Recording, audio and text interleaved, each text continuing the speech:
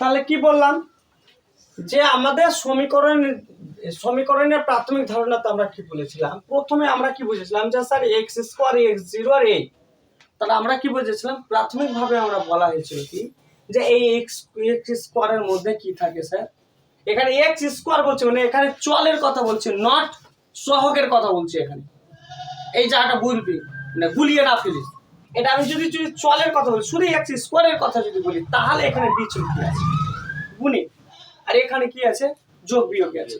আর যদি এটাকে যদি আমি সহগের যদি ধরি, সহগের বিচারে যদি ধরি, কিসের বিচারে, সহগের বিচারে যদি ধরি, তাহলে এই সহগ আর এই সহগ গুণ অবস্থাতে আছে, মানে এখানে গুণ অবস্থাতে আছে, কি আছে বীজ আছে। কার বীজ, কার বীজ, সমীকরণের বীজ আছে। কার বীজ আছে, সমীকরণের বীজ আছে। আর এই মিডিলের যে সহগটা যে আছে, এই যে মিডিলের যে সহগটা আছে, এই মিডিলের সহগে আছে কি বীজ আছে, যোগ বিয়োগ অবস্থাতে কার আছে, সমীকরণের বীজ আছে।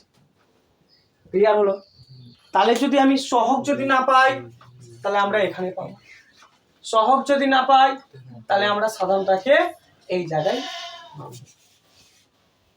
আর যদি সহগের বিচারে যদি ধরি, তাহলে এটার এটাকে এই দুই জায়গার গুণ অবস্থাতে পাবো, আর এই জায়গাতে যোগ বিয়োগ অবস্থাতে পাবো। মাথায় আছে?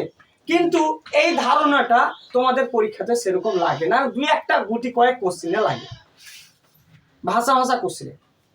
কিন্তু এই কনসেপ্টটা তোমাদের 99% কাজে লাগে। ভাষাটা বোঝা গেল? তাহলে আমাকে এই বীজগুলো বের করতে হবে। এবার বীজ যদি বের করতে যদি হয়, বীজ যদি আমাকে কি করতে হয়, বের করতে হয়, তাহলে আমাকে এই সমীকরণটাকে খুব ভালো করে বুঝতে হবে। আমরা কি জানি, এখানে এক্স এর স্কোয়ার আছে, এক্স এর 1 আছে, এক্স এর 0 আছে। স্যার এরও কি আছে স্যার, সহগ আছে। এরও কি আছে স্যার, সহগ আছে। এরও কি আছে স্যার, সহগ আছে। খুব ভালো করে বুঝবে কিন্তু। তাহলে আমি এর সহগটাকে আমি এ ধরে নিলাম, এর সহগটাকে বি ধরে নিলাম, এর সহগটাকে সি ধরে নিলাম। কি বললাম, এই সহগটাকে কি ধরলাম এ, এটা কি ধরলাম বি, এটাকে ধরলাম সি। ক্লিয়ার? এতটুকু ক্লিয়ার হয়ে গেছে? তাহলে তাহলে কি বলছে খুব ভালো করে দেখবে আমরা। তাহলে আমি বলতে পারি a plus minus b plus minus c. তাহলে আমি কার কথা লিখছি শুধু স্যার, শুধু সহগটিকে লিখেছি, আর কিছু আমরা লিখিনি। এটা কার পাওয়ারে ছিল, 2 এর পাওয়ারে, এর 1 এর পাওয়ারে, এর 0 এর পাওয়ারে আছে। ওটার গল্প নেই, গল্প আমার এইটুকুতে আছে। খুব ভালো করে দেখবি এখানে, এইটুকুকে ভালো করে যদি বুঝে যাস, এইটি অঙ্ক চটচট করে করতে পারবি। বলছে এই মিডিলেরটাকে তোমার স্কোয়ার করো। কোনটাকে, মিডিলটাকে স্কোয়ার করে বিয়োগ করে আর একটা 4 আনো। কি আনো, 4। আর এটাকে আর এটাকে গুণ করো। কি বললাম, আবার বলছি, মিডিলটাকে কি করব, স্কোয়ার বিয়োগ, আর এই দুটাকে গুণ করে যেটা হবে ওইটাকে আবার 4 দিয়ে গুণ করে বিয়োগ করব। যেটা রেজাল্ট হবে এইটা, এটা বলে দিবে যে টোটাল রেজাল্টটা বলে দিবে যে 0 থেকে এ বড় না এ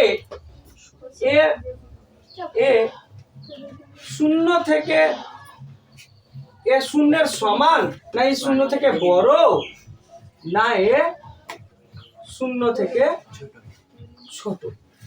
খুব ভালো করে বুঝবে কিন্তু, এখানে কিন্তু লুকিয়ে আছে। আর পরীক্ষা পাবি এখান থেকে কোশ্চেন শর্ট পাবোই আমরা। তো এটাকে আমরা কি বলছি, এটাকে আমরা ওই যে 20টা সত্যিকারের অঙ্কটা আমরা করতে পারবো কি পারবো না, কি ধরনের এটা সমীকরণ, তোমাকে এইটুকু বলে দিবে। তোমাকে এইটুকু অঙ্ক, তোমাকে এইটুকু ক্যালকুলেশন তোমাকে বলে দিবে যে সমীকরণটা কি ধাঁচের, ওই 0 সমান, না 0 থেকে বাড়কা, না 0 থেকে ছোট।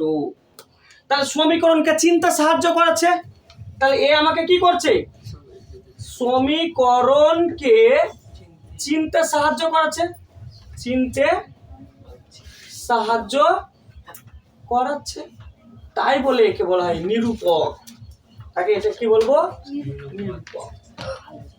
কথাটা বুঝে গেল? কিছু বোঝা গেল? কি বলছে? এই যে এই মিডিলটাকে স্কোয়ার করলে আর এই দুটাকে যদি গুণ করে 4 দিয়ে গুণ করি, a গুণিত b গুণিত 4, আর এই মিডিলটাকে স্কোয়ার করে যদি বিয়োগ করি, যে রেজাল্টটা পাবো সেটা যদি শূন্য থেকে বড় হতে পারে, ছোট হতে পারে বা সমানও হতে পারে, তাহলে আমরা বুঝতে পারবো যে সমীকরণটা কি ধাঁচের। সমান হয়, যদি সমান হয় তাহলে x এর মান এটা মান আর এটা মান একই হবে, একই। যদি যদি আমার কি বড় হয়, শূন্য যদি বড় হয়, তাহলে সমাধান করা যাবে না। আর যদি এটা বড় হয়, সংখ্যাটা যদি ক্যালকুলেশনটা কি হয়, বড় যদি হয়, তাহলে x এর মান আলাদা হবে আর এরও মান কি হবে? আলাদা। ব্যাস, এটা তাহলে বুঝতে আমরা পারবো। আর বুঝাবে কে? ক্লিয়ার? এইটুকু বোঝা গেল তো? এবার আসি আমরা এই জায়গায়।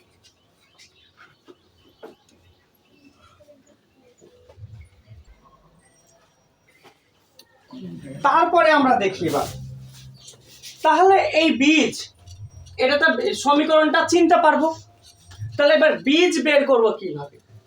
বীজ বের করব, তাহলে আমাকে বীজ যদি বের করতে যদি আমার হয়, তাহলে আমাকে কি করতে হবে? এটা তো আমাকে লাগবে, ব্যাস, এটাকে আমার কি করতে হবে? লাগবে। বি স্কোয়ার মাইনাস 4ac তো করতেই হবে, ভাগ। এবার আমরা বলেছি না এটা বলেছি না, তো এখান থেকে আমাদের লাগবে। তাহলে এটা দিয়ে কি করব? ভাগ করব। আর এটা দিয়ে কি করব? মাইনাস বি প্লাস মাইনাস, ব্যাস, এটা মনে রাখবো। কেমন করে? এটা যদি প্লাস হয় তো একটা উত্তর বেরোবে। আর কি বলে সূত্রটা মনে রাখবি? কি এই 20টাকে মনে রাখবো শুধু, বি স্কোয়ার মাইনাস 4ac, আর এটাকে এটা 2 দিয়ে ভাগ করব, 2a দিয়ে ভাগ করব, তাই না? আর এই বিটাকে কি করব? একবার মাইনাস দিয়ে লিখবো, তাহলে এটা প্লাস দিয়েছে, এখানে মাইনাস দেব। তাহলে এটা একটা বীজ করার নিয়ম আর এটা একটা বীজ বের করার নিয়ম। ক্লিয়ার? ব্যাস, এটা একটা বীজ, এটা একটা বীজ বের করছি আমরা। আচ্ছা, এখানে এটা কে, এই সূত্রটা কে আবিষ্কার করেছিল? শ্রীধর আচার্য এটা সূত্র আবিষ্কার করেছিল, তাই এই অঙ্কটা কি বলছে? শ্রীধর আচার্যের সূত্র। আচ্ছা, এই সূত্রের একটা লিমিটেশন আছে, এটা কোশ্চেন তোদের শর্টে দেবে। লিমিটেশনটা কি? আমরা কি বলেছিলাম? x এর পাওয়ার 1, x এর পাওয়ার 0 দিয়ে যদি কোনো অঙ্ক থাকে, তাহলে এই সূত্র দিয়ে কখনো বীজ বেরোবে না, মানে রৈখিক সমীকরণে কখনো এর বীজ বের করা সম্ভব না। এটা শর্ট কোশ্চেন প্রায়ই দেয়, অঙ্ক সলভ করবো যখন এটা পাবো। তাহলে শ্রীধরাচার্যের সূত্রে কখনো রৈখিক সমীকরণের কি বীজ বের করা যায়? কোনো মতে সম্ভব না। তাহলে কার যায়? দ্বিঘাত সমীকরণেরই করা যায়। কার করা যায়? দ্বিঘাত সমীকরণেরই করা যায়। এই সমীকরণেরই করা যাবে, এই সমীকরণেরই কি হবে? এর বীজ বের হবে। এই x এর মান কি হবে? বেরিয়ে আসবে। কি বললাম? এই x এর মান দ্বিঘাত সমীকরণেই বের করা সম্ভব হবে। কোন মতে তোমার শ্রীধরাচার্যের সূত্রে সরল রৈখিক সমীকরণে হবে না। ক্লিয়ার এইটুকু? আর একটা কি ধারণা আছে, এই যে আমরা যে বীজ যে পেলাম, বীজ কটা আছে? দুটো। এই দুটো বীজ কি অবস্থাতে আছে? একটা গুণ অবস্থাতে আছে, আর একটাতে কি আছে? যোগ বা বিয়োগ অবস্থাতে আছে, তাই না? তো এখানে আমরা যদি বীজ দুটাকে যদি আমি যোগ অবস্থাতে দেখি বা গুণ অবস্থাতে যদি দেখি, তাহলে আমরা কি পেয়েছিলাম? কি এ বি সি পেয়েছিলাম, আয়া না? এ বি সি চলের গল্প পেয়েছি, তাই তো? তাহলে যদি আমি গুণ যদি করি আমরা, তাহলে সি কে এ দিয়ে ভাগ করব, তাহলে আমার গুণ চলে আসবে। আর যদি আমরা যোগ যদি করি তাহলে বি কে এ দিয়ে ভাগ করব, তাহলে আমাদের যোগ চলে আসবে। কি বললাম? এটা কার ছিল? স্কোয়ারের। এর কার ছিল? 1 এর। আর এই কার ছিল? x এর পাওয়ার 0 ছিল না? তিনজনের সহগ ছিল তো। তাহলে এই স্কোয়ার বালার এই যে বি কে এর এ কে এর দিয়ে ভাগ করবে, দেখ এটাকে এটা দিয়ে ভাগ করেছি তো এটা পেয়েছে, যোগ বালা আসছে, মানে এই বি কে এ দিয়ে ভাগ করি তো যোগ আসবে, আর সি কে এ দিয়ে ভাগ করলে গুণ আসবে। ক্লিয়ার হলো? এইটুকুই সূত্র ছিল, এইটুকুকে যদি মনে রাখতে পারি তাহলে এইটি অঙ্ক হয়ে যাবে।